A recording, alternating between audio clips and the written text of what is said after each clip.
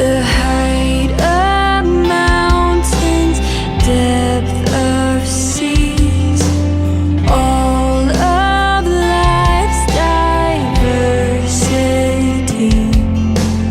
Beautiful,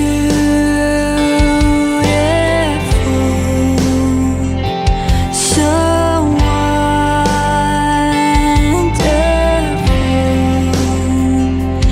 It's a beauty only we can see.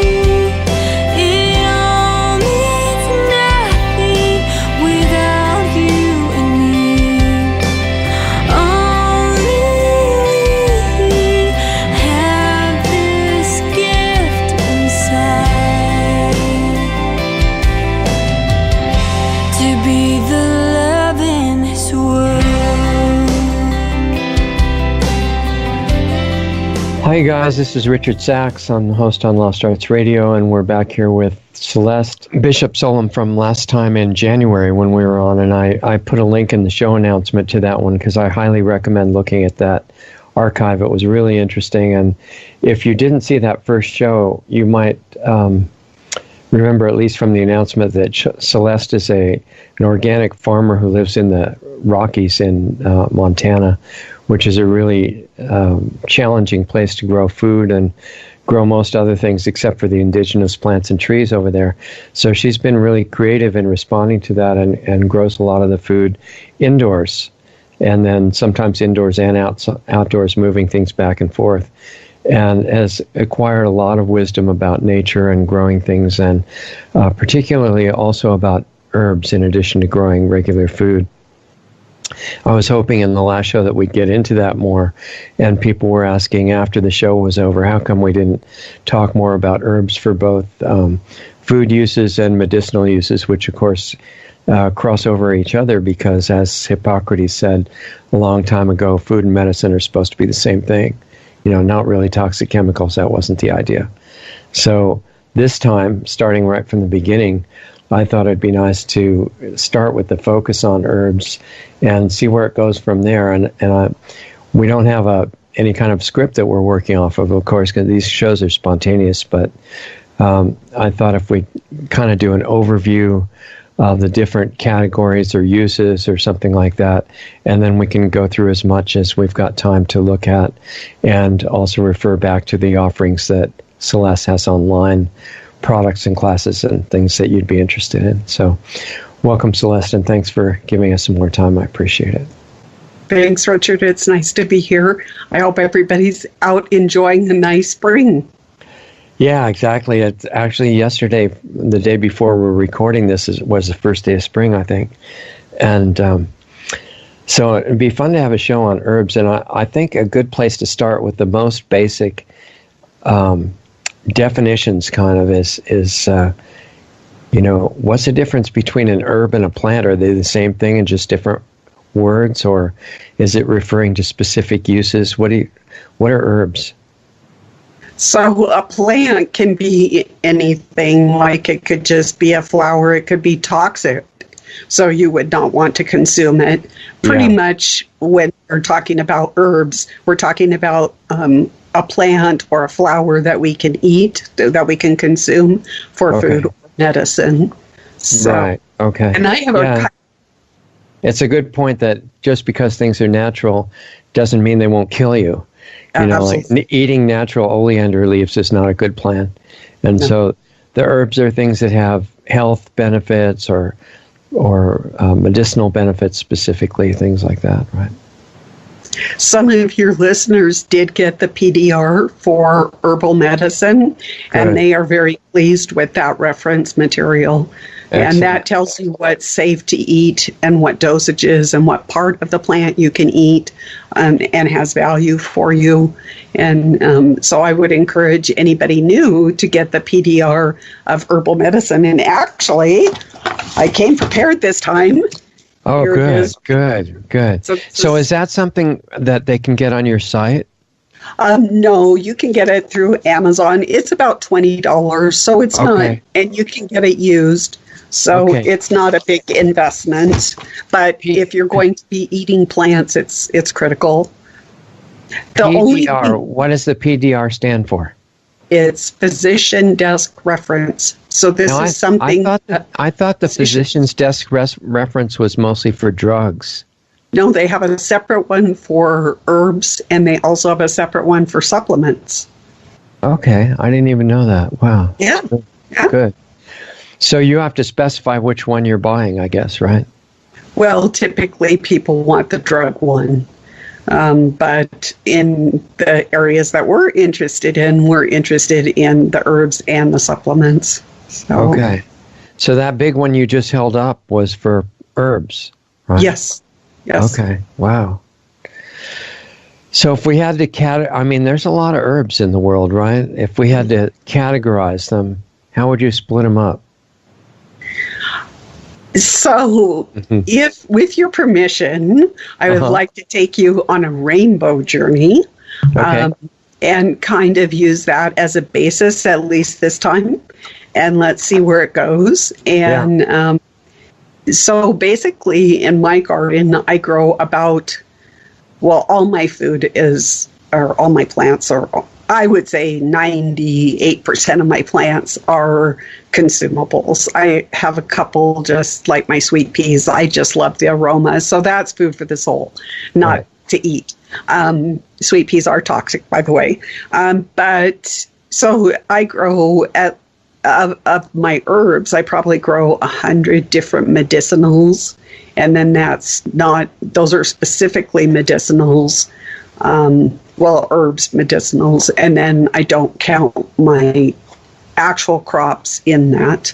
And so basically I follow Deanna Minnick, her 7 systems of health for food and the spirit. And this is it. So you eat the rainbow. I'll put this up there. And basically, Americans eat a lot of white, brown, and yellow, but we don't eat a lot of the other colors. And the importance of eating the other colors is they contain vital phytonutrients that we're not going to get in the food that you get at the grocery store or whatever. Mm-hmm. So let me give you an example. So if you eat purple, it will affect the pineal gland, and that's your spiritual. It also has to do with your ability to fight off electromagnetic frequencies, the bad ones, your nervous system, and it deals with your energy system. The blues, when you consume something blue, it targets your pituitary gland, and that's your brain, your eyebrows, your eyes, and your forehead. Aquamarine, that's basically your sea, like seaweeds and kelp and stuff. Of course, I don't have a lot of that here, but that affects your thyroid gland. And look at how beautiful nature does that. It's, your kelps are usually kind of aquamarine-ish, olive color, and it's protecting your thyroid gland. You're green, you're like Kelly green. We just did St. Patrick's Day, and that's good for your thymus and your heart. Your arms, your blood vessels, your hands, and your heart. Your yellow is great for your pancreas, and that's important because so many people these days are getting pancreatic cancers, and so it's good for your gallbladder, your liver, and your pancreas. So it's good for all of those. And your oranges are good for your sexual and reproductive organs, and your reds are for your adrenal health. So that will affect your adrenal glands, your blood cells, your bones, your DNA, and your immune system. So as you can see, it's really important to eat the rainbow. So what I did is I took some of my herbs and I wrote them down on a piece of paper here by color. So we could just kind of go through them, and it's a different way of looking at it, but it is just a really fun way to get nutrition into your diet. All right. So I'm going to start with blue. Okay. So one of my favorite herbs that I plant every year is borage, and it has these beautiful star-shaped sapphire flowers. Sometimes they're pink, but most of them are sapphire. And I collect them at probably about 9 o'clock in the morning, and they're very easy to collect. And you put them in a glass bowl, and you pour boiling water over it, and you put a plate over it so flies don't go kamikaze into your liquid. You let that, so the water will turn this beautiful sapphire blue, and then it goes to like a aquamarine, and then it turns an amber. And then you let that sit for 24 hours, and the next day you collect it. I collect it in like a big gallon jar, and when I have enough that it's worth my time to process it, I put it in some honey and I boil it down. And so it basically thickens up, and it is an antidepressant. Of course, I'm just saying this for educational purposes of what I do. Right. Your observations. My observations. And this is just the flowers, right? That's just all you took. Just the flowers. Borage leaves can be used when they're young for like a spinach. You could use them in salad. You could cook them. But when they get older, they do have a chemical in them that is kind of abrasive to our bodies. So you wouldn't want to, I would use it sparingly. I don't use the leaves myself. Yeah. So. Okay. So another fun blue flower is bachelor buttons, and you can put those in a salad. I do dry them, and I can add them in a casserole. I could add them as a garnish on top of anything that I'm having. It could be fish. They don't really have any flavor, but they just have those really critical phytonutrients that impact the pituitary gland. So, okay. And again, you're just talking about the flower with that plant, right? Just the flower. Okay. Yes. And then there's Love in the Mist, which also has blue and pink and white. And the fun thing about Love in the Mist, especially if you have children, is it has these really crazy, it looks like UFO pods that can be used for dried arrangements and stuff. I should have brought one in. I've got some arrangements with them.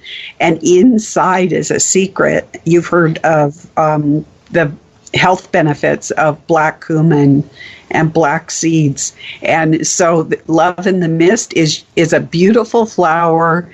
You have a dried arrangement, something that you can use in the winter, and then you get the black seed cumin with that. So is that the same plant as black cumin? Mm-hmm. Yeah. Okay, interesting. And it's a beautiful flower. It's interesting, most of the blue flowers, not the bachelor button, but most of the blue flowers come in a star shape. I don't know why that is, but it seems to be a pattern. Yeah. And then there's blue vervain, and blue vervain kind of looks like a mustard, a wild mustard, if you know what a wild mustard looks like. Yeah. It has tiny little flowers that are a blue, purplish. They're just tiny. It's not splashy flower. But that you use more of the plant, and you make a tincture out of it. So you would macerate the part with the flower and the stem, and you can even do the leaves and put it in like a vodka or a glycerin, depending if you don't do alcohol. And that is good for neuropathy.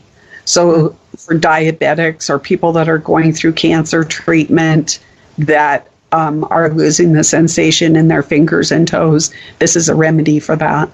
Neat. Okay. So next we'll move on to lavender, and of course that is the pineal gland. That's what we're targeting with our lavenders. It will lift up, it will enhance our time in prayer and spiritual things that we're trying to accomplish. Maybe some challenges. It's also good for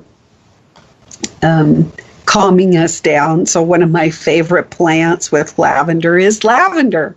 If I have like one of those crazy days and I have trouble getting to sleep, I have lavender essential oil and I just rub it on my temples, and very soon I'm drifting off to sleep.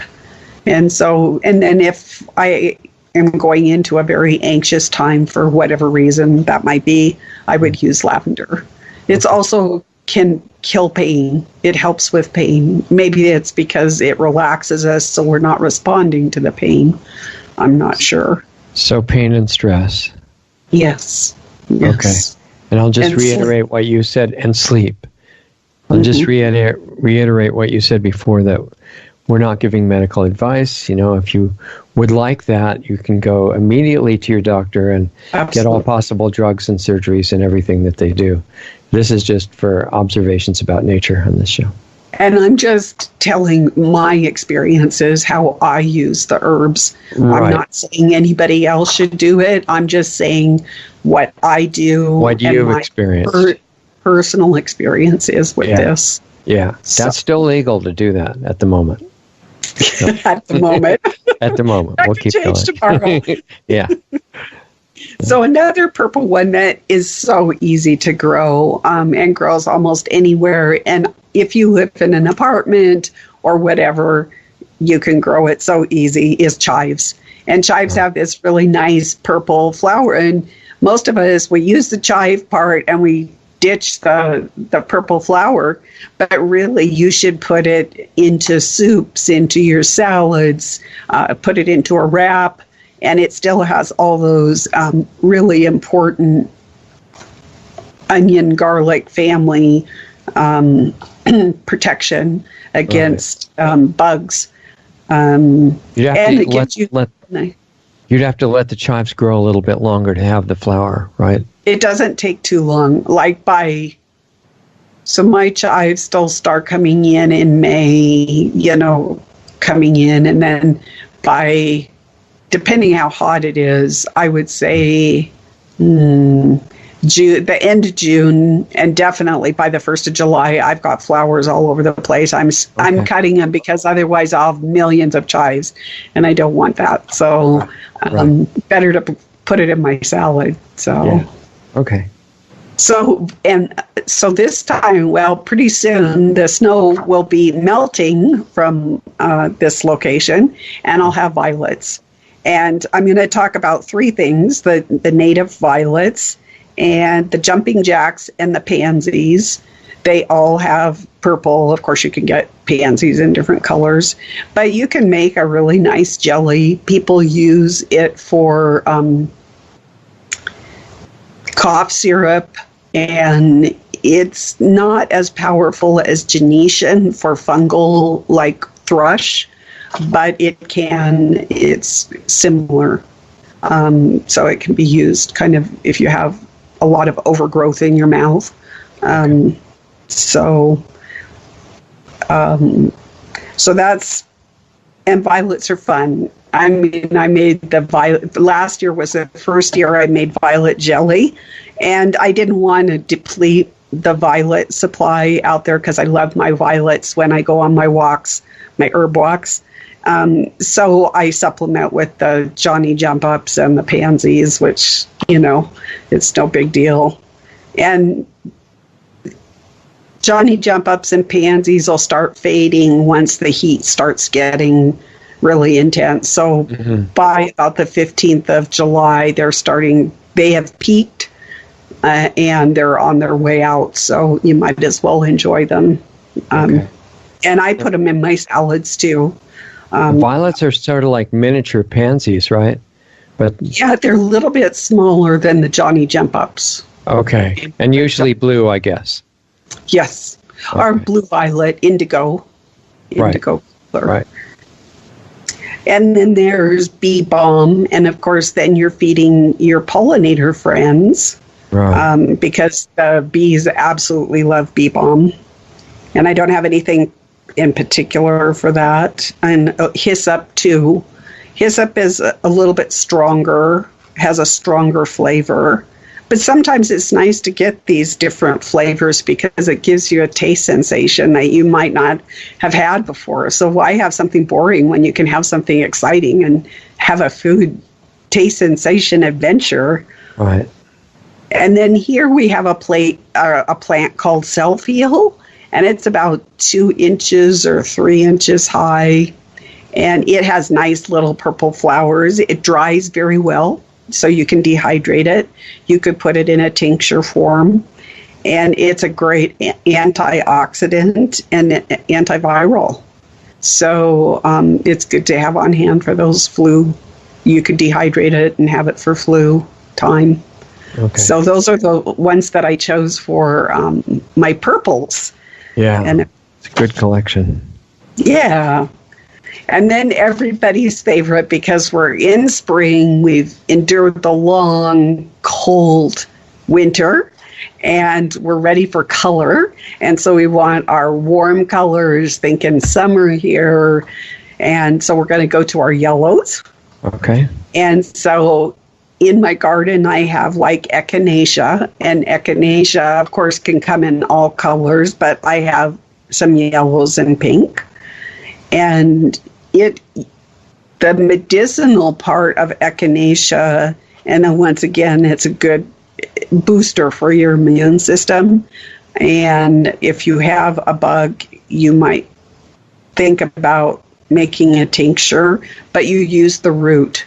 And so it's a plant that takes, I would say, 3 years. So you plant it the first year, you let it grow the second year, and by the third year, you're getting enough of the root that you can harvest some and then leave a mother stalk so that it can grow. And I would do that maybe I would do that in September-ish about. Okay. And then I have El Campaign, and it gets about 4 feet high, and it has a kind of like a scrawny yellow, like a sunflower-ish flower, but it's really thin petals. But that's also one that you use the root for, and you make a tincture. And about the same time in September, you would harvest it, and that's good for anything respiratory. So your colds, your flu, your pneumonias, that type of thing is what I use that one for. You want to tell people, just as a side note, since you mentioned tincture, if they don't really understand what that is, how you make it and how you use it? So there's 2 ways. There's the alcoholic form and there's a non-alcoholic form. And most of the time what you do is you take whatever plant matter that you have and you macerate it, which means I have a mortar and pestle that's been handed down in my family for 150 years, so it's kind of fun. And so you just kind of grind it, and then you put it in a glass jar, and then you cover it with either a vodka or Everclear. And if it's an alcoholic tincture, it will preserve longer if you use Everclear. The shelf life will be longer. And also, if there's something, and we're going to do that a little bit later, I have a treat for your listeners, a recipe. But I guess maybe I'll hold it till then. So. Okay. But if there was something like lemon balm that you wanted to, and we'll talk about lemon balm in a little bit, if you want to keep its color green, that pretty color green color, use the Everclear, because vodka just doesn't have enough of the whatever that keeps it green. Okay. And if anybody's not familiar with Everclear, what do you want to explain That's that like to them? 100 proof or 150 proof, or I don't know what the proof 200 is. proof is pure. So if it's 100 proof, it would be half alcohol. Yeah, I'm not exactly sure what next time I can check and see what my proof is. Okay. I just don't have it right now. They could get that in a regular store, I guess, right? Some states Everclear is legal, and some states Everclear isn't. Okay. So you might have to look into moonshine or make your own. Probably legal for fuel for engines, but yeah, around. Yeah, there are people that do that. And then there's also the glycerin. So if you cannot do alcohol for many different reasons, you can do glycerin. The drawback with your glycerin is it does not have the shelf life. So you'll be lucky to get a year out. Don't expect that you're going to be able to keep it for 5 years. Right. Collect it once and it'll probably be something you have to do every year. Okay. And so that's that. Oh, so you would put the plant matter in. You usually leave it 6 to 8 weeks, and then you take the plant matter out. I found a good way to do that is, with the leaves, I just use a strainer, so it's not hard. But some things, it might be small. And I put them in a nylon pantyhose and just knot the end and just stick it in there. I do that when I cook my beets to it's my little spice packet. Could you use cheesecloth? You could use cheesecloth. Yep. Okay. Yeah. So just anything that would let the alcohol or whatever substance get to it, because what you're doing is extracting the important vital oils or volatile oils in these plants out into the liquid. So. Yeah, I noticed that they sell organic cheesecloth now because, cotton is one of the primary GMO crops in America now. They've destroyed almost all the normal cotton. Yeah. So you can get, on Amazon or other places, you can get organic cheesecloth. It's not very expensive. Yeah. Or you can grow your own cotton. Yeah, that's an interesting thought. Have you done that before? Yes, I have. It's fun. Not everybody knows cotton grows in the Rockies, right? Well, it does. I mean, you're not going to have a big field of it, but I grow it in my greenhouse just for fun. And I get my seeds at Baker Seeds. And it's just kind of fun, to have the bolt of cotton and you pick it out. And then that's how you get your seed stock for the next year. You have to pick through the cotton to get the seeds out. It's kind of fun. And theoretically, you could spin that into something, couldn't you? Absolutely. Yeah, that's what the old timers, if we were pioneer, that's what we would be doing. We would be making clothes. There was a time originally when the country first started that what I've heard that they didn't even have Home Depots or anything, and they had to do things like that.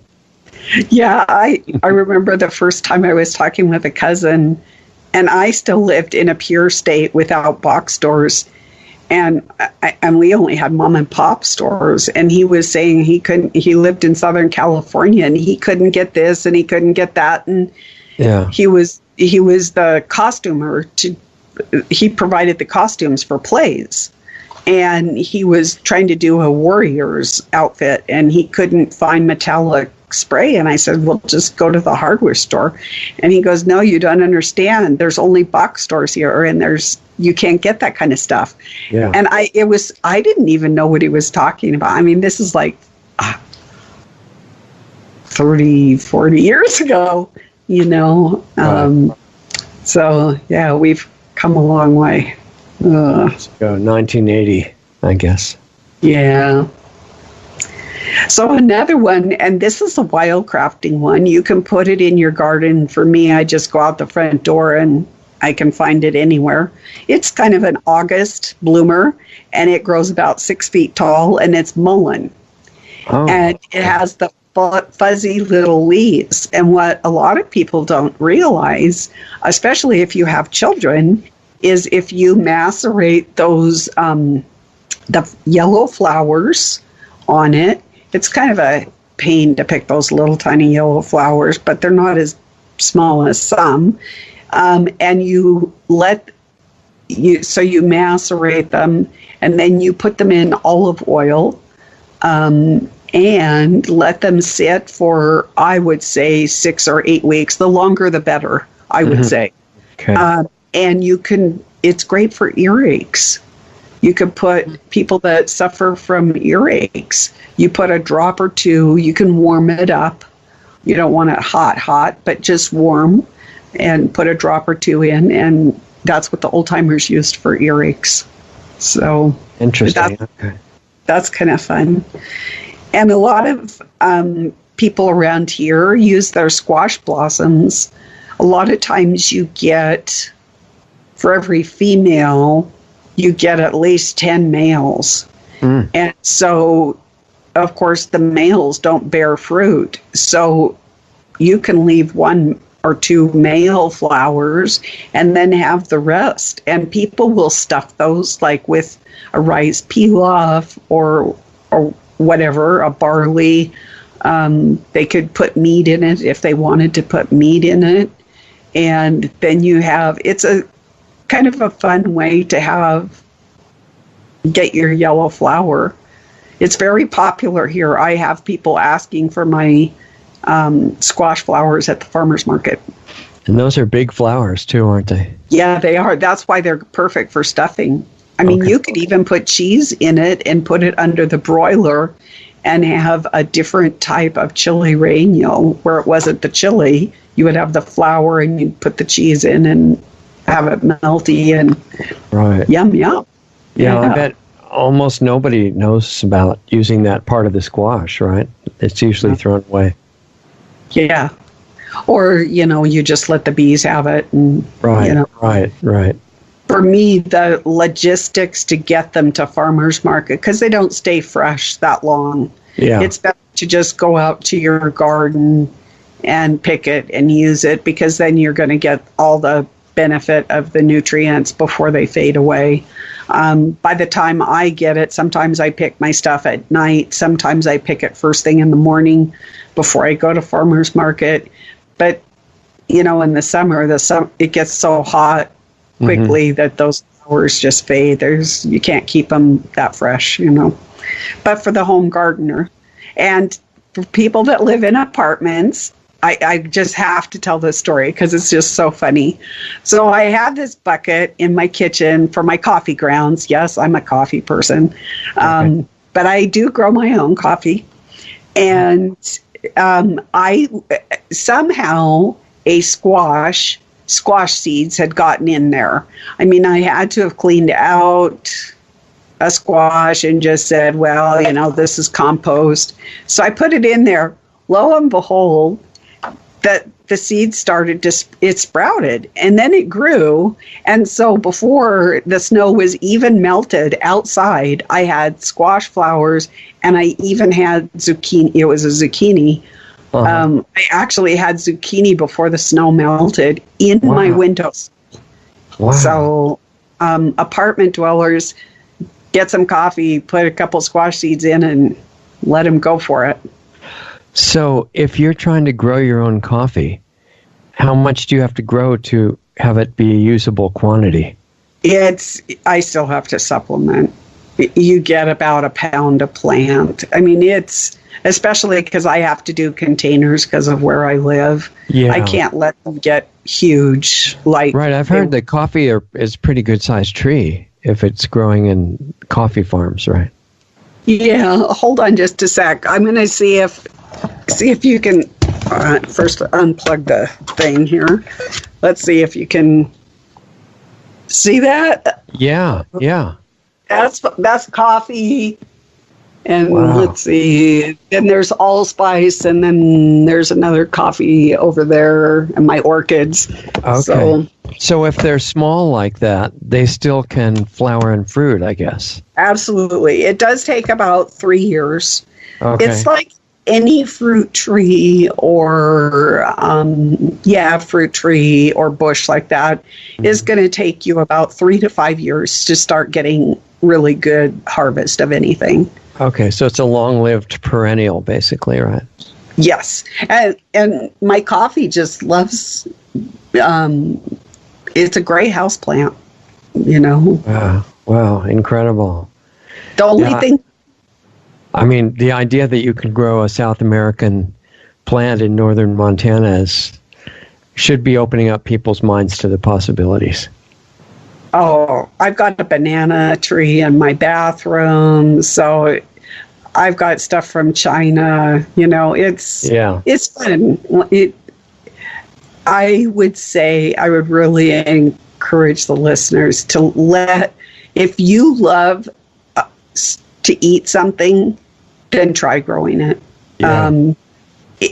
What's the worst that can happen? And the worst that can happen is it would die. But the best thing that could happen is it would thrive, and then you would be able to use it. Right, and probably be a lot fresher than anywhere else that you used as a source too. Absolutely. And so I'll skip over to my green for just a minute. That's going to throw me off, but so you just saw my allspice. So I did my own beef brisket for St. Patrick's Day. Mm-hmm. So I started 2 months earlier, and I put my own bay leaves and my own allspice in, along with other peppercorns and different things, and I let it sit in my fridge for 2 months. You also use saltpeter. It's called something else. It's by Morton, tender something or other. And you use about for a 5-pound roast, I used a half a cup of it, and it takes about 2 months, and then you have as much corned beef as you want. But it was fun to use my own spices, and of course I use my own bay leaves in my spaghetti sauce that I can. So how can you make your own bay leaves when that's like an 80-foot tree? Because I've seen that out and growing wild. What form do you grow it in? You just, it's in a pot, and you just nip it. And mine gets nipped because I like bay leaves. So mine gets nipped frequently. So how you do is you just nip the tops to keep it. It'll be bushy if you want it. Like my allspice is crazy bushy. If I wanted it to be a 25-foot tree, it could be a 25-foot tree. But so if you want to grow bay leaves, where do you get the seeds? I would suggest getting a plant, and I know a great source, and it's called One Green World, and they are around Portland, Oregon, somewhere, either Portland or Vancouver. But I've gotten quite a bit of my livestock from them, and they've got bay leaf trees, and they run for, I think it's a 1 or 2 gallon pot, $19.95. Okay. So it's very simple. A big head start compared to growing a seed, I guess, huh? Yeah. I mean, it saves you a whole lot of time. You can have instant bay leaves and get started right away. And then it's kind of an established plant. And you can grow it in a container. So apartment dwellers, you can grow it in your windowsill. It makes a great house plant. It doesn't need a lot of fuss, and it doesn't need a lot of light. So, do bay leaves have known medicinal qualities in addition to making sauces and things like that in food? Yes, but I can't think of them right now. Okay. I can look that up. and get that information to you. Or actually, hold on just a sec. You happen to have a book there, right? I have this. This is why I have this. So let's just look it up. This is real time bay leaves. Hopefully you'll have it.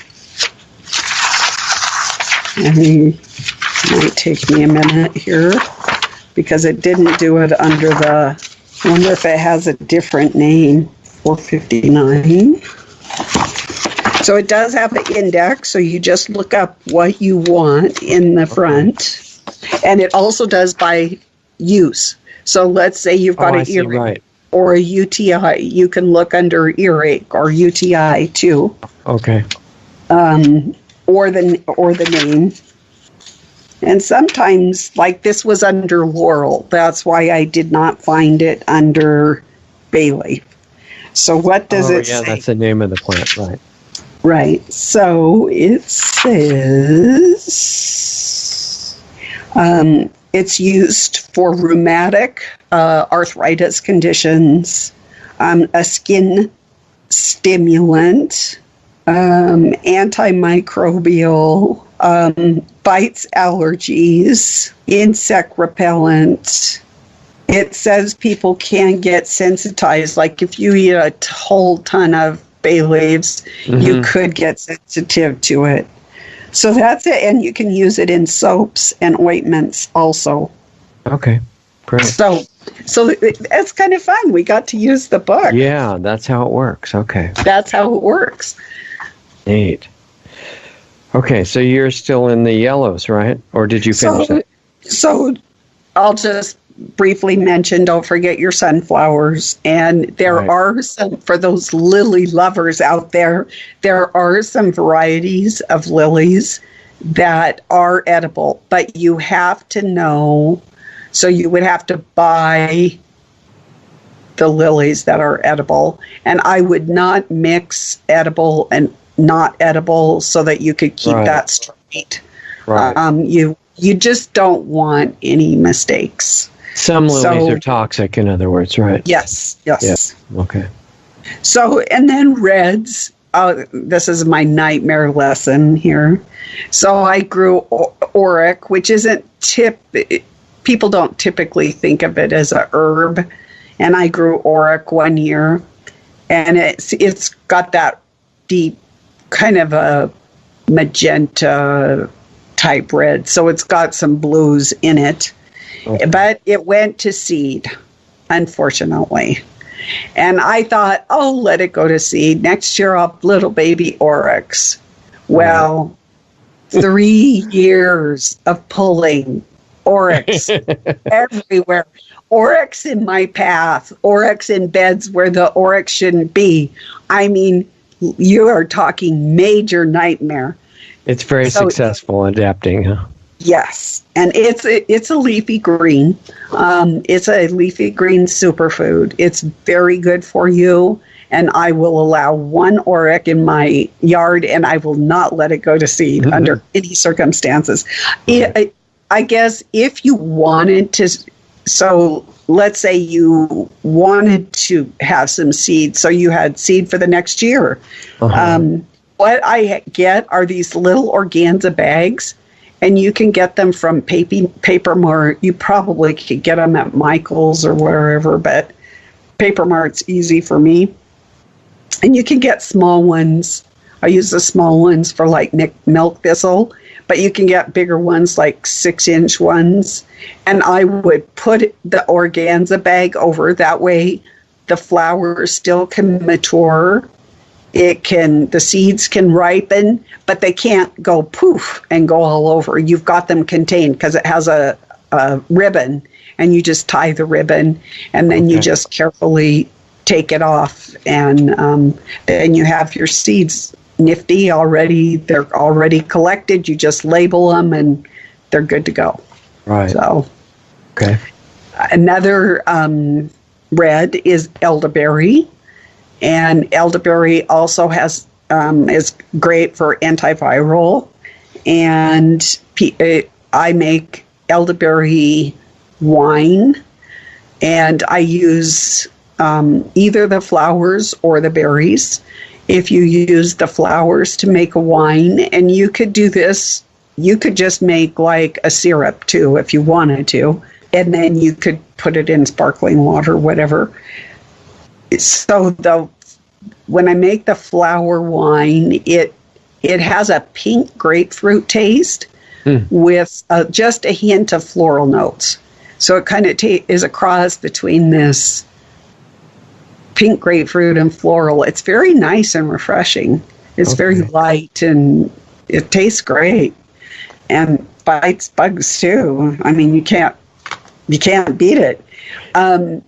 When you're dealing with the berries, it's a little messy. Just so you know. Okay. It has the exact same benefits whether you use the flowers or the berries. But if you're going to make wine, elderberries have this green slime they develop. So if you use a siphon, you don't want to use the siphon with it and I put the elderberries in a pillowcase, a cotton pillowcase, and I tie it. Okay. Like the spice bag that we were talking earlier, kind of it's the big version of that. Or like cheesecloth. I wouldn't, because this green slime will get through it. And I tell you that green slime is so hard to, because then you have to clean the green slime off, and it's kind of, have you ever been to like the ocean or a lake, and there's that pond slime that's and it just doesn't, it's hard to get off. Right.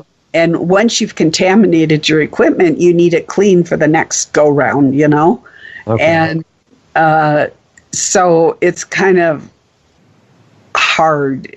I would not use any of like siphons or anything like that. And I also remember from your story about Auric and how it escapes and gets all over the place.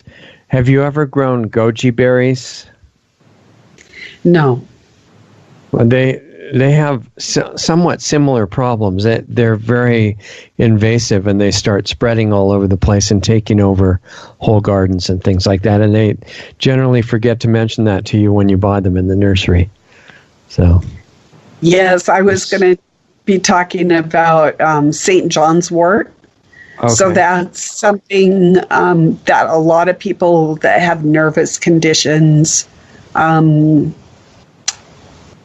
you might want to make a St. John's tea. But I mean, they won't even ship it to you in some states. And here I have to be aggressive with my flower cutting to keep it from, otherwise I would have St. John's wort everywhere. And I don't want from the seed, you mean, right? From the seed spread. Yeah, the flower, if you let the flowers mature and turn into seed, it's going to be everywhere, and you're not going to be able to keep up with it. Yeah. It's quite a headache now. I like a little bit. I'm not a nervous person, so I like a little bit just to have it on hand. Right. But I don't need like a field of it, and I certainly don't want it out in endangering the indigenous environment here. Right. Right. So I'm very careful with that. So yeah. So that's another one you have to watch out for. Yeah, good warning. And this is the fun one that I love, and I can't remember if we talked about this last time or not, but I grow my own cranberries, and a lot of people think that cranberries will only grow in bogs, and yes, there are bog cranberries, but there are also bush cranberries, and they are each cranberry is about the size of my thumbnail. It's so much fun to have your own cranberries at Thanksgiving. They ripen just before Thanksgiving. The only precaution, they're not invasive, but they do send out runners, so you can either give cranberry runners to friends or start a new bed. It also takes about 3 years to get a good harvest. cranberries, because of their bright red color, with all those very healthy things that everybody is familiar with, you have to, I use recycled screen to keep the birds and the squirrels out. Otherwise, you would not have any cranberries. Okay. Right. So, yeah. Now, a lot of times the ones that you get in the store, if you can even find them, are so bitter that you almost can't eat them. So is that what these are like too, or not? They're not bitter. They're tangy, but it's a kind of a sweet tang, you know. Okay, that's different. It's very good. Yeah, they're very... The only time they're bitter is if they were not ripe. And that's probably the reason, yeah. Yeah, they probably picked them ahead so that they wouldn't lose any and they'd be hard and that sort of thing. Yeah, and the fun thing with cranberries is it's really fun to watch them grow, and it's fun to pick them. And it doesn't take because they're so big, it doesn't take any time, and there's no thorns, so you're not getting, stuck. Right. So which makes it a fun picking experience. So you could grow those in a container too, right? Yes, you could. You might even be able to grow it in the house, although they do need pollination. The flowers do. The flowers, you'll start seeing flowers from, depending on the temperatures, May to July is when you'll see your flowers. So you'd have fruit in August potentially, I guess. Well, you'll see the fruit and it'll be growing, but basically you want your cranberries to experience that frost because that's what sweetens them up.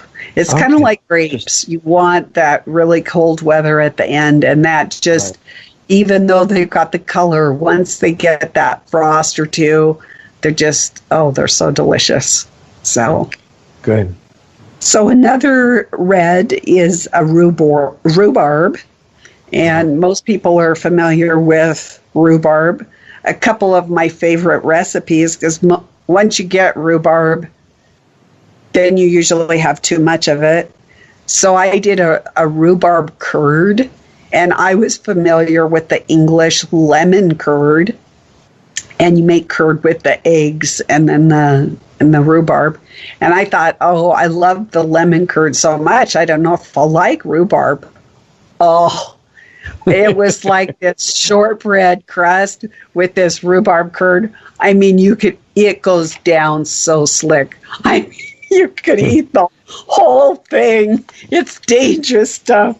Anyway, it's very good. So rhubarb is the stems of the leaves, isn't it, that they use? Or you just use the stems. You can't. The leaves are toxic. Right. So, right. Okay. Yeah. And you can make wine. It makes a very clear, just a blush. It's just a very light blush pink, and it's very delicious. It doesn't taste at all like rhubarb. So if you have a ton of rhubarb, you could make some wine with it.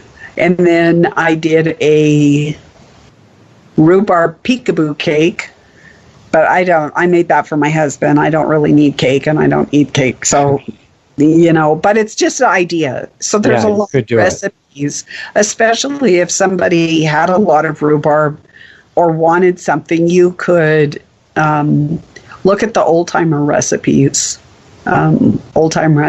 because rhubarb was a staple in almost every garden. And it is like the first thing that is ready to go in the spring. Like after because you're not waiting for flowers and fruit or anything like that, right? Yeah, and it's just as soon as the ground gets a little bit warm, it's up and it's good to go. You probably will have rhubarb in May. Now, rhubarb, if I remember, is rhubarb a perennial plant? Yes. Okay. Yes. It'll come back year after year. Right. So now we'll move on to the orange flowers. Okay. And so if you like a little spice in your life and an antimicrobial, then nasturtiums are the flower for you. You can eat both the flower and the leaf, and I put it in my salads. I also will mash it up and put it in ice cube trays. And that way, in the wintertime, when I don't have nasturtium and I need a little antimicrobial action, let's say I've gone to the city and everybody's coughing and hacking, just as a preventative, it's kind of a fun way. You can put it in a cool drink, you can put it in a tea at that point, and it's got a kind of a peppery, it's kind of sassy. So if you like sassy, spicy things, then you like nasturtium. Okay. Another one of my favorites is calendula, and I use my calendula fresh, and you can make salves. It's excellent for skin, anything with skin conditions. And so oftentimes I will put it into oil, infuse it into oil, which basically when you infuse it, I take the flowers and I just let them sit in oil for 6 or 8 weeks. And then I use the oil in some of my beauty products, whether it's a salve or a cream. And it's just so nourishing for our skin. But then I also eat it in my salads and wraps too. Okay. And some cosmos are in the orange families. A lot of cosmos are edible. Once again, so it'll say edible on if it's an edible cosmos. Okay, good. And once again, I would not mix. If you've got some inedible cosmos, I would not mix them. Your marigolds are edible, but they have a really strong flavor. I'm not very fond of marigolds myself. I mean, it just doesn't sit good with me. Okay. And they're good for, you could dehydrate them and use them if you had bug problems like ants or something. I've heard of that, yeah. Yeah, so, yeah, you could do that. And then there's turmeric. I don't know. Right. Yeah, in fact, I was going to ask you about turmeric too, how you grow that, because a lot of people have heard that it's super good health food. Yes. Being able to grow your own would be great. Yes, it fights 1,500 different health conditions. Okay. It modulates sugar.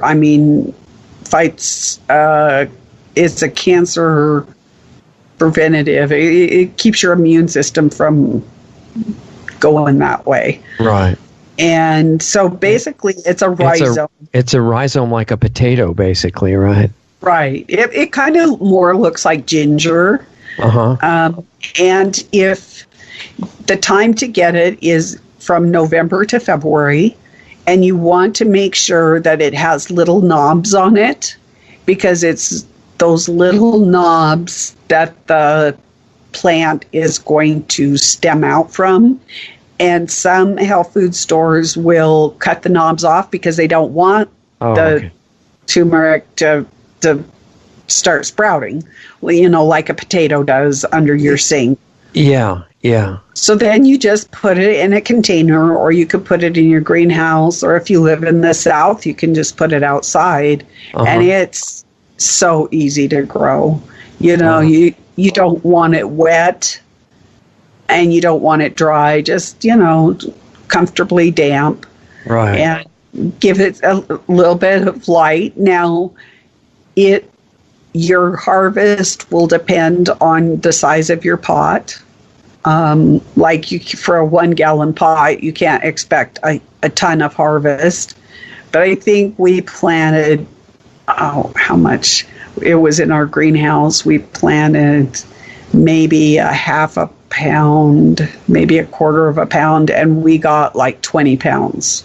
Wow, that's a lot. Yeah. But that was in the greenhouse. Right. You don't get as near the harvest. People can look on YouTube and look on how to grow it, and you'll see about the size of the harvest that they get, because they're pretty excited. And you have to take out the whole plant to harvest it, right? Well, what you do is you leave some of the mother. You would take it out of the pot and then just break off some to eat, Okay. and then leave. And then leave replant another- what's left. Right. So is it a perennial? Yes, it will kind of die back. I guess and that's then- the whole point of a rhizome, right? Is to have the reserved food to grow for the next season. Yes. Yes. Okay. Yeah, you don't want to eat every single bit. You want to leave a little bit as your starter for the next year. Okay. Okay. And since you mentioned ginger, that it looks like ginger, are there similarities with how you would grow that? Exactly the same. Okay. And they act very much the same. Of course, there's a lot of different kinds of ginger, but the ginger that I have, it acts kind of the same. Okay. I give it the same environment. If you live in a very dry area like Nevada or New Mexico, you might want to spritz it down, give it some humidity, invest in a spritzer, which is getting harder and harder to get a spritzer now that doesn't break after one use, but Yeah, they have a dark glass type that's for sale on Amazon. I mean, I hate to promote Amazon. It's such an evil company, but they're really well organized and they have great service and they sell virtually everything. That's why they're destroying all the small businesses everywhere. But they do have brown glass bottle sprayers that look like they would last a long time. Yeah, it's the mechanism. And if it comes from China, I'd be really skeptical because I haven't had much success. There's a feed store here that sells one that so far it's worked, but it's just hard these days because it's the mechanism and it's garbage. Yeah. And if you're going to grow plants in the house, it's nice to have a sprayer, a spray bottle. Yes, you need it because there's times that you've got insect control, nutrients, some plants like a foliar fertilizer. It's just some plants, it's the humidity. So it's good to have several spritzers around for your use. Okay. So just really a couple quick on the green, and then we'll go on to the pink. We've already talked about the allspice. Right. Lemon balm and lemon verbena are one of my favorites, and they are containers. And lemon balm is really great for memory. So you're going to have less brain hiccups or why am I in this room if you consume like lemon balm, rosemary, and also sage. All three of those are excellent for your memory. And I just have to plug choline because I know it's a supplement, and actually I should look it up and see what plants have choline in it. But I take a choline supplement. And the reason I do that is because if you have a brain injury, if you've damaged some brain cells, and it doesn't matter how you've damaged them, it could be an accident, it could be drugs, it could be alcohol, it could be any number of things. Choline will actually rebuild, it could be Alzheimer's, it rebuilds the cells in your brain. And it's one of the few supplements that can do that. Wow. That's really powerful. And it's very reasonable. It's only, my bottle costs it's under $15, and that lasts me 1 to 2 months. And so it's very reasonable. And I know that cost is a consideration for a lot of folks. Right. And you can feel a definite response from it. Clarity and I can't say I'm a senior, so I can't say I'm totally hiccup free, but for the most part, if people knew the schedule I ran, they'd be positively impressed for sure. Probably. Yeah. I am, for sure. Another fun one I grow is lovage. And lovage grows about 6 feet tall. It's not, I mean, you could grow it in a pot. I never have tried. It has a celery taste. So it's great for your soups and stews as a celery substitute. And I think it's more of a natural, celery is like a crop plant. Lovage is more of an herb plant. And once again, I know it has medicinal value, but it's easier to grow. It's hardier, which I think as climate change increases, that's going to be important, because I think celery might not endure because it needs a lot of water. It's a heavy nutrient, needs a lot of nutrients, where lovage it's almost like indestructible. And the fun thing, if you have kids, or even if you're an adult, like have a kid mind, you cut the stem and it's hollow in the center, so you can use it for straws.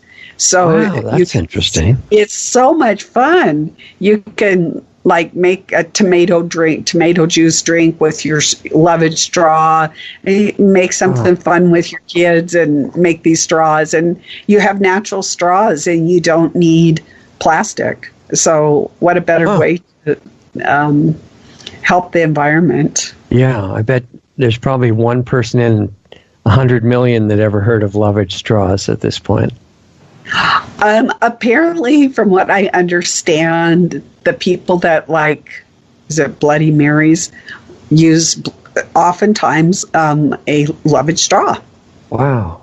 I mean, I'm not a big drinker, so I don't know, but that's what I've heard. So, okay. Anyway. There's also mallow. Mallow is very easy to grow. It can be invasive, but it actually, if you boil down the root, or they call them little cheeses, you can make your own marshmallows. And what a treat for your kids. Marshmallows actually started out as a medicine for kids. Yeah, I think now they're like sugar and a few other things, and that's about it, right? Yeah, so before they would boil the cheeses, which are the seeds, they call them cheeses, because they look like little cheeses, or the roots, and you boil it down, you add a little bit of sweetener, whatever, honey, whatever, and then you whip up some egg whites, and then you fold it in, and then you bake them. And that's what they use. There's your marshmallow. Wow. That's the pioneer marshmallow. Why do they call them marshmallows? Did they grow in marshes? Some do. There's a whole family of mallows, and like mine isn't in marshes, but I think that's their preferable, for some varieties, that's their preferable habitat. Right. And so pinks, of course, I got to mention my roses. I love my rose water. I use rose water in just about everything, especially like if I'm making a rice or a pilaf, and hollyhocks. And hollyhocks are nice because they impart a really nice pink color to things. I make a hollyhock and sweet cherry frittata, which is kind of like a omelet, and with the hollyhock petals and sweet cherries. So it's really good. When you were talking about rose water, just for people that may not know, how do you make rose water? Yes, so I collect it at about 9 o'clock, and the reason for that is the dew, that gives it time for the dew to get off the petals, and it's before the heat of the sun. Now, there are some things that you do want the sun to beat on and get those volatile oils out, but in roses, you don't. You just want to collect them as soon as the dew is off of the petals. And then I do the same thing that I do with the borage. I put hot water over it. I collect the petals, and then I will put a hollyhock petal in with my roses, because the roses will impart the flavor to the water, but it wouldn't impart the color. So the hollyhock is just for the color alone. And then you can add a sweetener, or you don't have to. Mine is not sweetened. If you do a little, you might want to put a tiny bit of lemon. And then what I do is I can mine, and then I have it whenever I want it. So let's say it's December and I want to make a rice pilaf with using rose water. I can do that. I also use rose water in my creams and lotions and stuff that I make. Okay. So, okay. Neat. So I think we've been over all the colors. So I thought we might do some extract tips. Sure. So I don't know if your listeners use extracts, but in the old days, I use extracts a lot. So I make my own vanilla, and I can make my own lemon extract and my own lime extract, actually any flavor extract. And how you do that is, so let's just take vanilla to make it easy. So you get your vanilla beans at the health food store, or I think Costco may have vanilla beans. They're a little on the pricey side, but you're making a lot of vanilla, which is pricey now. If it's better than a synthetic. Okay. And you put it in vodka, and you put it in a paper bag. I mean, I suppose I do it by the quart. It pays to do 2 at a time because it's a long process. So I put it in the bag and I shake it every time I go by it. I put it in a centralized location where I'll remember to shake it. Right. And after about a year, it's about a year. That's why you do 2. That way you've always got one, or do it every 6 months so that you've always got one cooking while you're using one. Okay. Depends how much vanilla you use. And it will be a dark amber brown. It'll look like maple syrup. And you just use it like you would in vanilla, for cookies or whatever you would use vanilla. Now, let's say you wanted a lemon or a lime. You would take the peels from your lemon or lime, and for those I wouldn't use as much. I'd use a pint, and you put the vodka in, and you let those sit, and you can just leave them in there. And in 6 months and a year, like if you did it now, it would probably have a good enough flavor that you could use it for the holidays. Oh, neat. And what my mom used to do is she would make us pudding, and she would get 1 sugar cube, and she would put lemon extract on it, and then she would light it on fire, and so we would have flaming pudding. And as a kid, that was really fun. Yeah. So, I mean, what the sugar kind of turned into this not burnt, but like a caramel, like caramelized sugar. Yeah, exactly. But it was really fun as a kid to, have this. So it's about 9 months to make it or so. Yeah, I would do it now, and then you'd have it for then. And it won't hurt it to go longer, but to get the flavors, that's, it's just kind of fun to make your own. Yeah. You can make your own root beer. That's what I was going to do. So here was one of my herbal treats. Okay. And I do sell the herbs for somebody that does not have the. Now I gotta find the page. Okay. For somebody that doesn't have the spices, I do sell those on my website. Okay. But great. if you are familiar with absinthe, it is alcoholic, is extremely expensive, like between $80 and $100. But there's this whole, I never even knew this stuff existed. But in my herb book, it had this recipe for absinthe, and I had all the herbs, so I go, I'm going to try it. And it's so fabulous it's like a spring tonic kind of flavorful. I mean, it is incredible stuff. So basically, you take 2 or 3 wormwood leaves, and I grow that in my yard. And wormwood, by the way, is what they used to use to fight malaria.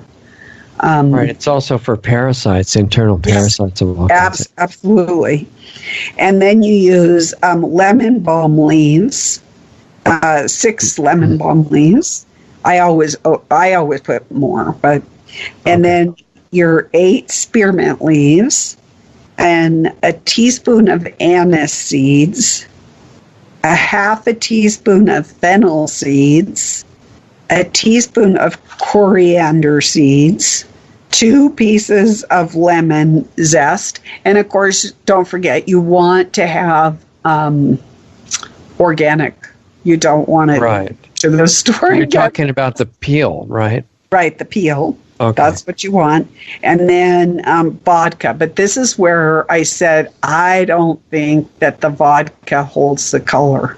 And so then you just put all those things in the jar, and you just let it sit. And, it's good. Hold on just a sec. I'm going to go get my absinthe so people can see. So here's my absinthe. Wow, how interesting. Okay. Oops, let's see. Nice. Which way? Yeah, now we can see it. Looks like a little mini aquarium or something. Yes, and it's just so good.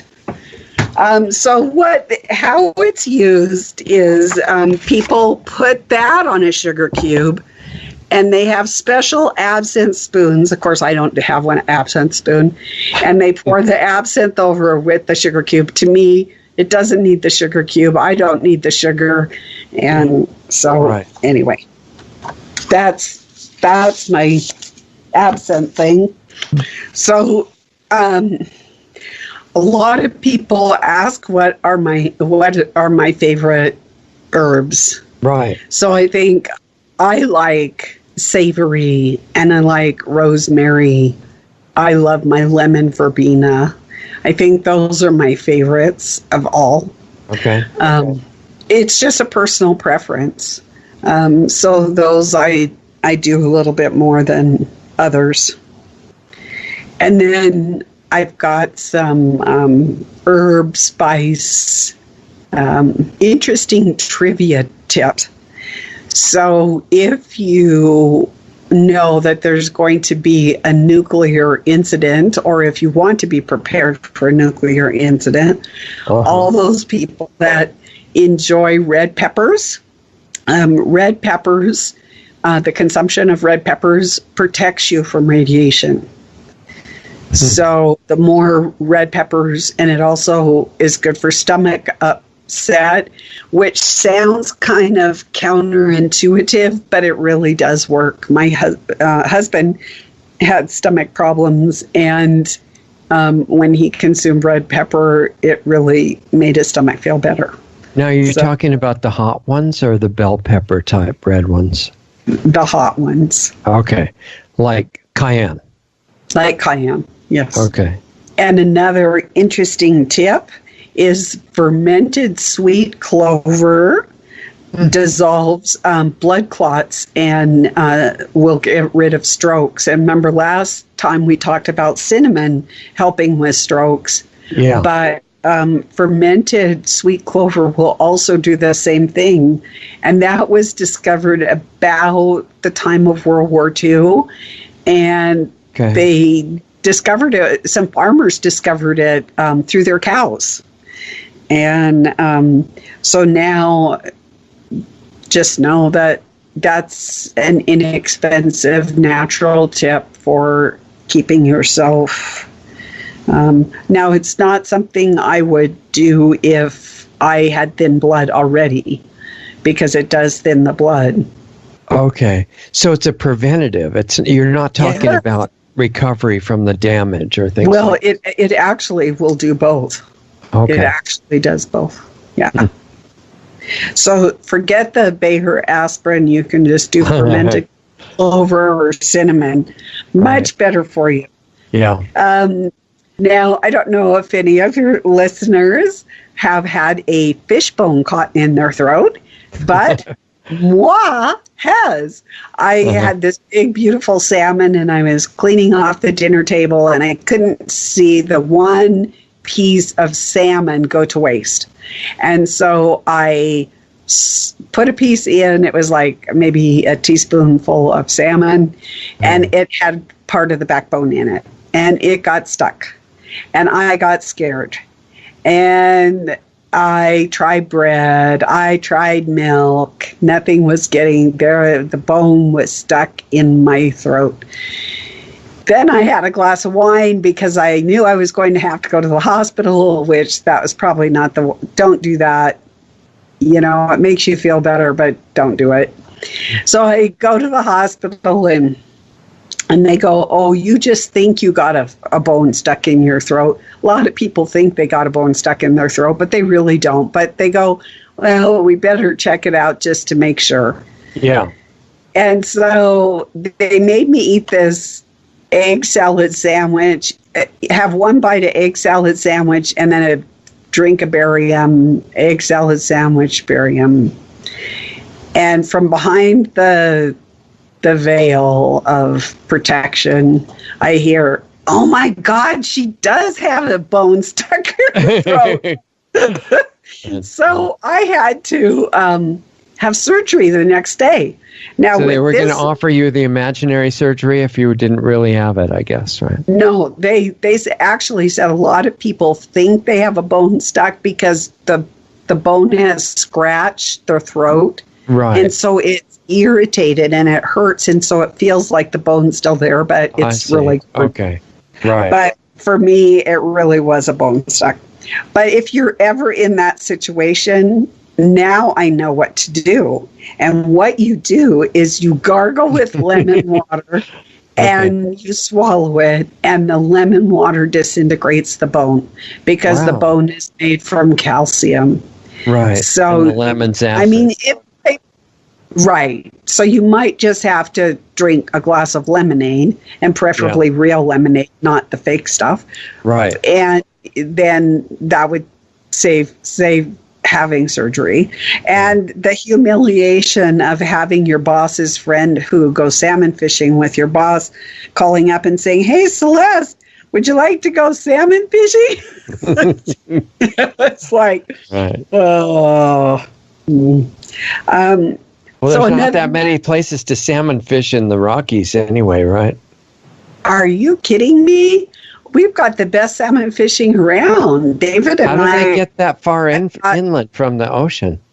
There's inland salmon, and they are so good. Wow, absolutely fabulous. Yeah.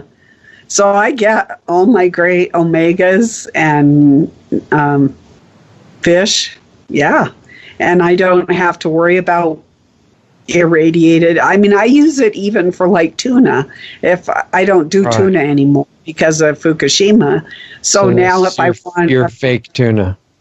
My fake tuna is salmon. Yeah. Yep. So I go salmon fishing every October. Okay. And you don't have to go away very far. No, it's about 40 minutes away. Yeah. And it's a nice day, you know, it's a nice, I have a secret hole, which I will not divulge to anyone, even under torture. Right. And a good place for a picnic and a dog. And okay. You know. Well, I tell the torture agents to forget it. It's not worth it then. Yeah. Something else is I like a good date shake on occasion. Mm-hmm. It was something that I learned to love as a child.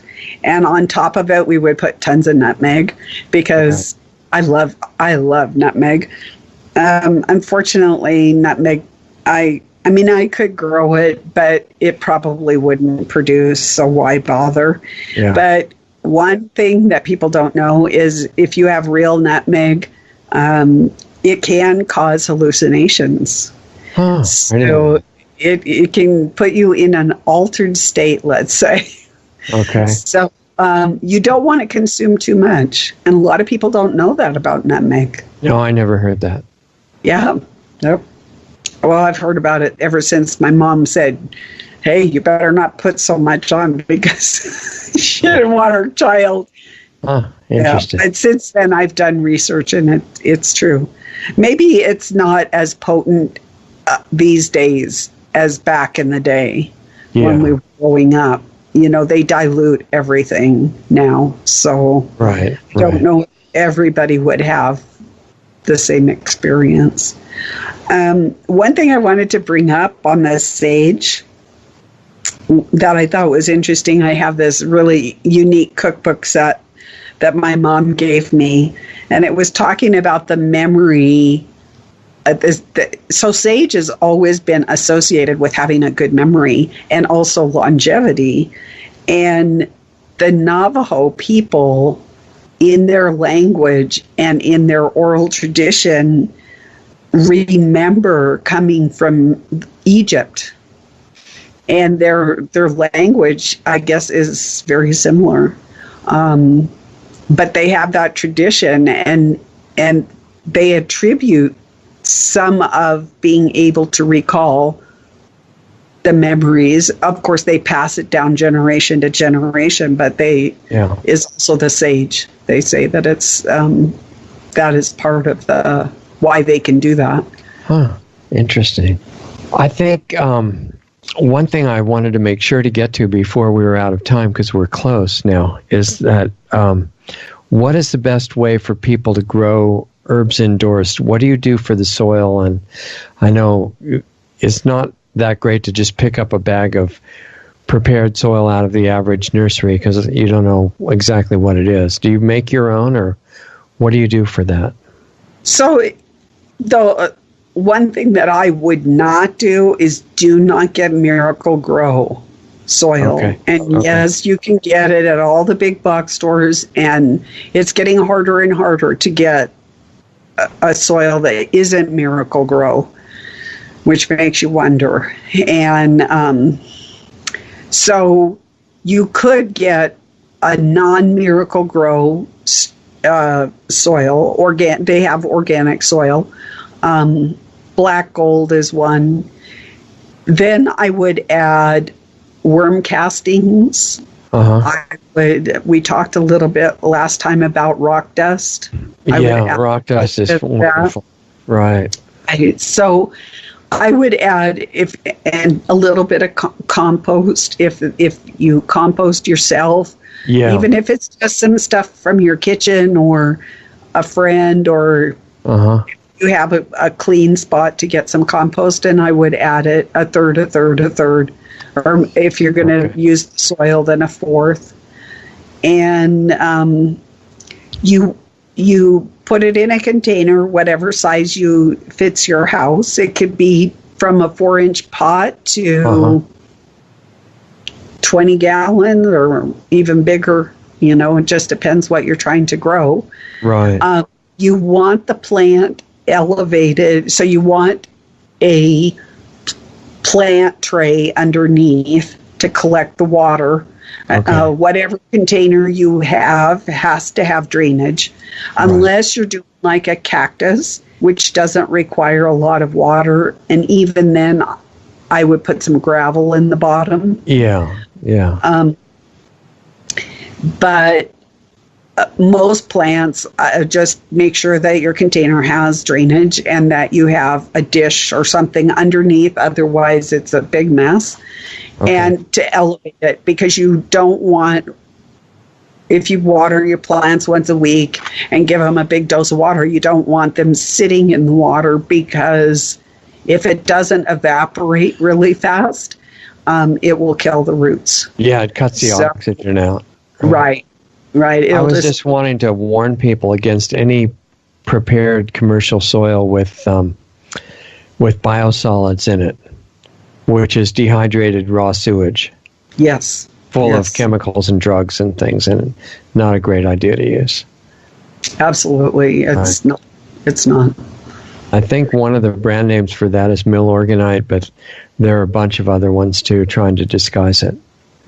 New EPA program to put out all the sewage untreated and sell it to the farms. Yeah, but that's what they do with everything, whether it's aluminum or whatever, fluoride. Right. Yeah. That's just the name of the game. So getting some good soil would be worth it. Yes. And adding the good stuff. And as you could have a little worm farm. My sister has the 3 chickens, I think I mentioned. Yeah. And she has ventured out, and now she's got a worm farm so that she can feed her chickens. Wow. So, and the little worm farms, you take a little bit of cardboard and scraps from your kitchen, and then you get your worm castings that you can put in with your dirt. Now, I decided not to. We got worms, and then we put them out to the garden, because there's only so much, when David was alive, that 2 people could do, but now I'm trying to do 1. Yeah. So So other than that, they just need dampness. They don't want to be super wet, and a bit of light. And these days, light is, for $20, you can get LED lights. And to help supplement whatever you get in your windowsill. Right. And then you have your I'm going to invest. I have 4 earth boxes, and I'm going to invest in a couple more, because I believe with climate change that we're going to have to be growing a lot more indoors than we have in the past. Right. So I'm going to get an earth box for potatoes and carrots, and I'm going to get some kale going. And those are like indoor raised beds, basically, right? Absolutely. Okay. Yep. Well, that gives people a lot of tools to work with. And there are also courses that you do online on your website, right? What are those? Well, actually, those are in person. I haven't branched out. I don't have the technical ability at this point to do like a online thing. Maybe if we wanted to do something like that, if there was some interest, Eventually, there probably would be. Yeah. So for the moment, though, if people want to travel, what are your classes? So I do soap making, gardening design, herbal medicine. I used to do cheese making, but now I got rid of my goats. So okay. You got to just be able to take care of what you can take care of. So that's right. And you've got some books and things that you sell too, right? What else is available on your site? Well, I've got soap products. I just did a series called The 7 Thunders. Okay. And I think I'm going to turn my series on the 10 plagues of the Exodus. And I'm currently doing a series that will be on catastrophism. And that's going to be pretty interesting. I'm in it, and I'm starting to get to the real serious stuff now. And so it's, Sounds like an intense subject. It spans from the beginning to the end. But what's really interesting is all the archaeological and the indigenous tribes recollections of past cataclysms. Yeah. In their records. Big earth changes. So I'm going into that. Today I was working on a primer for what some of the things that will come upon the earth that already. One of the things you could do, I assume you're going to have some classes this summer, right? Yes. If you just, talking about technology, if you just take a camera with good microphones and videotape your classes and turn it into a DVD, you've got an online class that you can offer too. That's an idea. Without having to do anything else. Just something for the future. So, and in the meantime, if people want to keep up with your site, what's the exact website address? It's shepherdsheart.life. .light, L-I-G-H-T? No, life, L-I-F-E. L-I-F-E, okay. Mm-hmm. Shepherdsheart.life. Yes. Neat. Okay, well, we'll let people work on that and see what they can do with all the herbs that we just went over, and maybe there'll be some questions coming up, and we'll see what the response is. So thanks for the great overview. And before we go, you said that you have some herbs for sale. Is that right? I have the absinthe herbs.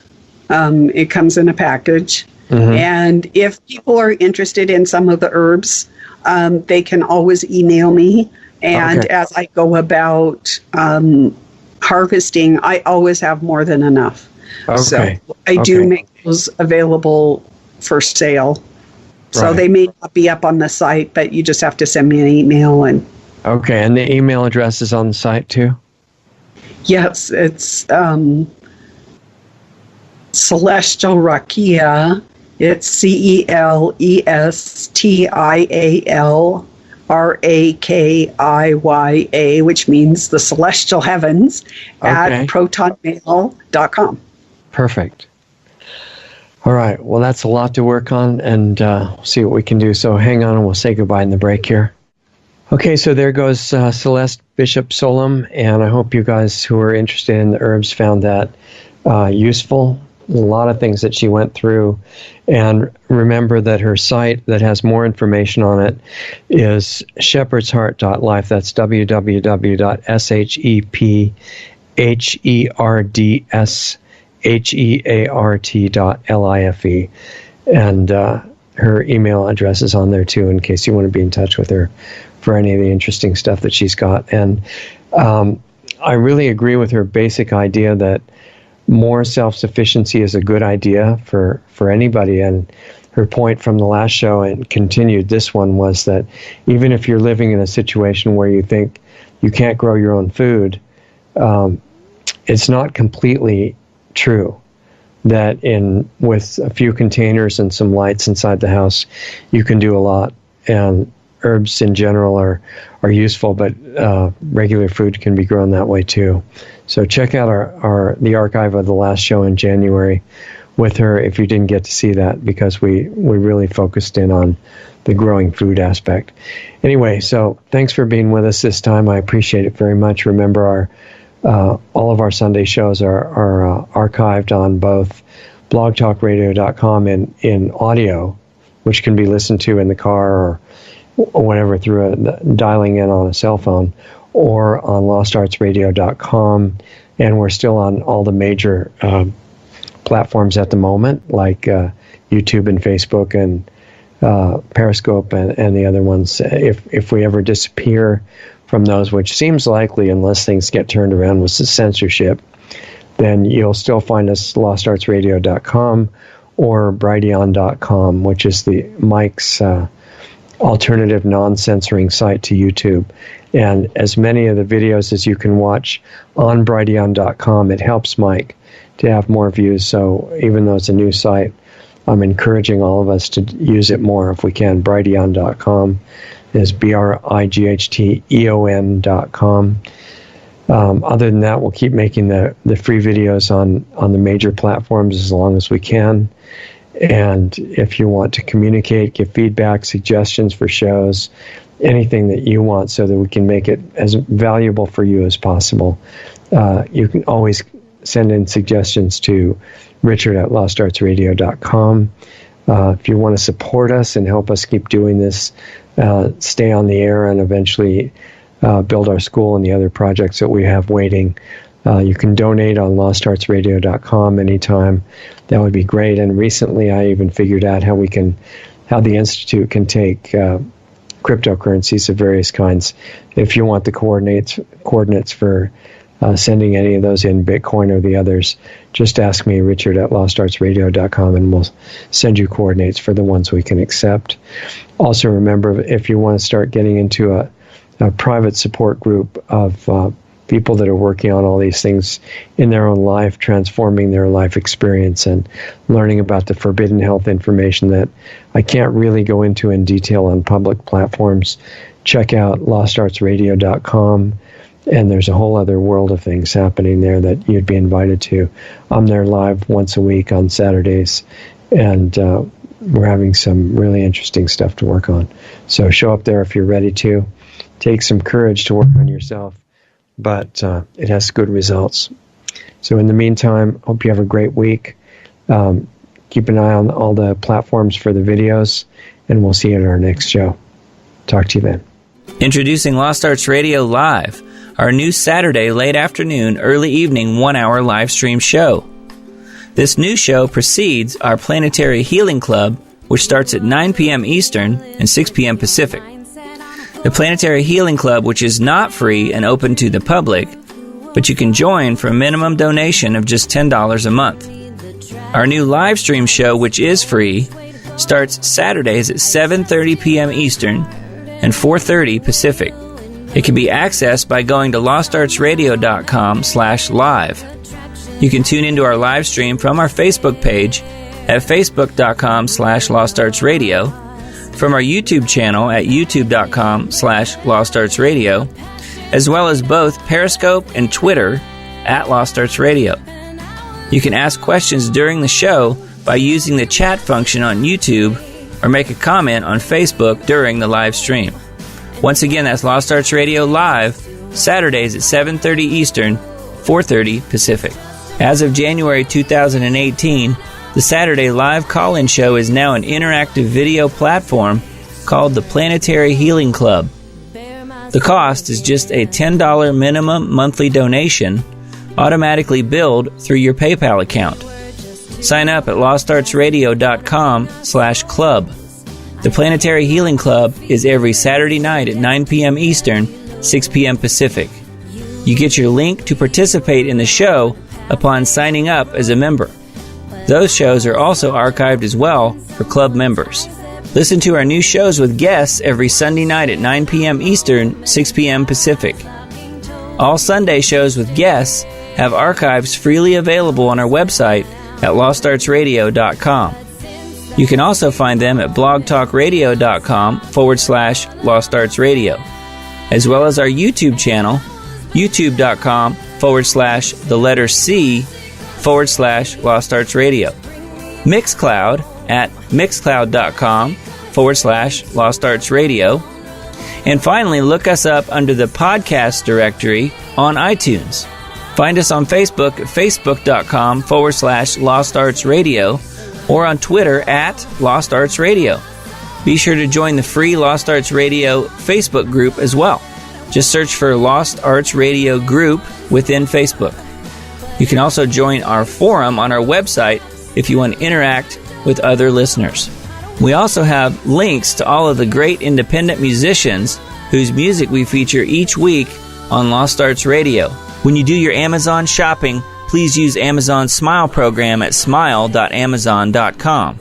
And when you choose Lost Arts Research Institute in Sedona, Arizona as your charity, Amazon will donate 0.5% of whatever your order total is to Lost Arts Research Institute to help fund the building of the school and keep our radio show on the air.